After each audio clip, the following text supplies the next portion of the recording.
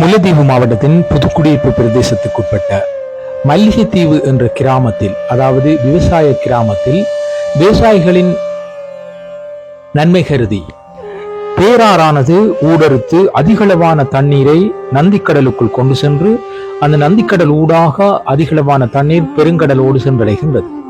இவ்வாறு பெருமளவான தண்ணீரானது வீண்விரயம் செய்யப்பட்டு வருகின்றது. கடந்த காலங்களில் இந்த விவசாயிகள், இந்த மல்லிகைத்தீவு பேட்டாற்றை அண்டிய விவசாயிகள் ஒரு போகத்திலேயே காலபோகத்திலேயே விவசாய செய்கையாக மேற்கொண்டு வருகின்றார்கள்.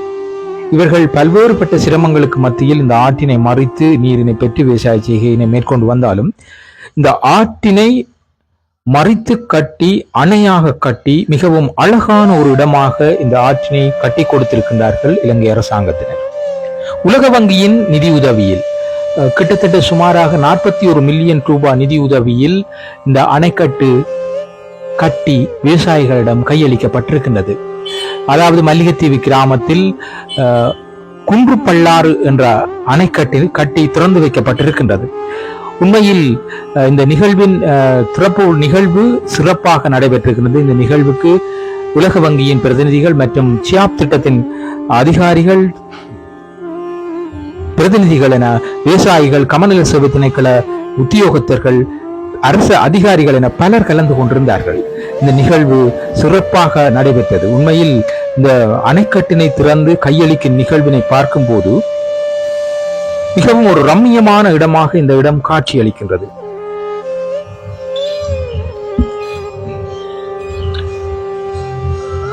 முத்தையன்கட்டு குளத்து நீர் மற்றும் ஏனைய கழிவு நீர்களை கொண்டு செல்லும் இந்த பேராறானது மன்னாகண்டல் ஊடாக புதுக்குடியிருப்பு மல்லிகைத்தீவு ஊடாக நந்திக்கடலினை சென்றடைகின்றது. இவ்வாறு புதுக்குடியிருப்பு பிரதேசத்தின் கமநல சேவை பிரிவுக்குட்பட்ட 6 இடங்களில் மிக பிரமாண்டமான முறையில் 260 மில்லியன் ரூபாய் செலவில் அந்த 6 அணைகள் மறைத்து அணைக்கட்டாக கட்டப்பட்டிருக்கின்றன. அதில் ஒரு சிறிய அணை 41 மில்லியன் ரூபாய் செலவில் கட்டப்பட்ட இந்த அணைக்கட்டு இன்று திறப்பு செய்யப்பட்டிருக்கின்றது. அந்த அணைக்கட்டை உத்தியோகபூர்வமாக விவசாயிகளிடம் கையளிக்கப்பட்டிருக்கின்றது. ஆனால் இன்னும் நீர்வரத்து, மழை நீர் வரும்போதுதான், கழிவுநீர் அதிகம் வெளியேறும் போது, கடல் நீரை சென்றடையும் போது, அந்த கடல் நீருக்கு சென்றடையும் கழிவு நீர்களை மறைத்து விவசாயம் செய்ய வேண்டும் என்ற நோக்கோடு இந்த அணைக்கட்டுகள் கட்ட கொடுக்கப்பட்டிருக்கின்றன. சுமார் 1800 ஏக்கருக்கு மேற்பட்ட விவசாய நிலங்கள் இதனால் பயனடைகின்றன. அதாவது காலபோக செய்கையினை மேற்கொண்ட விவசாயிகள் இனி சிறுபோகத்திலும் இந்த அணைக்கட்டை நம்பி, நீரை நம்பி, மழை நீர், கழிவு நீரை நம்பி விவசாய செய்கைகளை மேற்கொள்ளலாம் என்பது உண்மை. மிகவும் அழகான இடமாக காட்சியளிக்கின்றது. இந்த அழகிய இடமானது உண்மையில் ஒரு சுற்றுலா மையமாக கூட எதிர்காலத்தில் வரலாம். வயல்வெளிகள் சூழ்ந்த பிரதேசங்கள் மற்றும் ஆறுகள், அந்த ஆற்றுக்கு இடையில் கட்டப்பட்டிருக்கின்ற அணைக்கட்டுகள் பச்சை பசேலென காட்சியளிக்கும் காட்சியானது பலரது இளைஞர்களின் ரம்மியமான பொழுதுபோக்குகளை கழிக்கக்கூடிய இடமாக இது காட்சியளிக்கின்றது. இவ்வாறு இளைஞர்கள் தங்கள் பொழுதுபோக்கை கழிக்கக்கூடிய இடமாக காட்சியளித்தாலும் கடந்த காலங்களில் சில இடங்கள் அபாயம் நிறைந்த பகுதிகளாக காணப்படுகின்றன. இங்கு வயல் நிலங்கள் பச்சை பசேலென காட்சியளிக்கின்றன.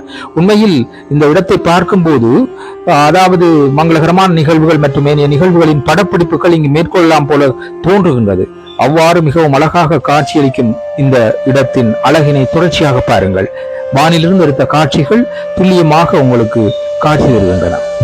சமகார அமைப்பு தலைவர் காசோமாலமுத்து ஐயாமணி எங்களுக்கு வேர்ல்ட் பேங்க் நிதியுதவியில் சியாப் நிறுவனம் ஊடாக எங்களுடைய திணைக்களம் இந்த வேலையை எங்களுக்கு செய்து தந்திருக்கு. புதுக்குடியிருப்பு பிரதேசத்தில் இவ்வளவு நிதி, இவ்வளவு காலமும் நூற்றாண்டு காலமாக நாங்கள் இருந்தும் எந்த விதத்திலும் எங்களுக்கு இவ்வளவு காலம் எந்த வித உதவியும் செய்யப்படவில்லை. இப்போ கிட்டத்தட்ட எல்லா 6 அணைக்கட்டுகள் இப்போ கட்டி நடைபெற்று கொண்டிருக்கின்றது. 1, 2 முடிவுற்ற நிலையில் சிறுபோக வேளாண்மைக்கு கூடுதலாக கிட்டத்தட்ட 1800 ஏக்கர் வயல் செய்யக்கூடிய விதத்தில் எங்களுக்கு இந்த கட்டுகளை கட்டி தந்திருக்கிறோம்.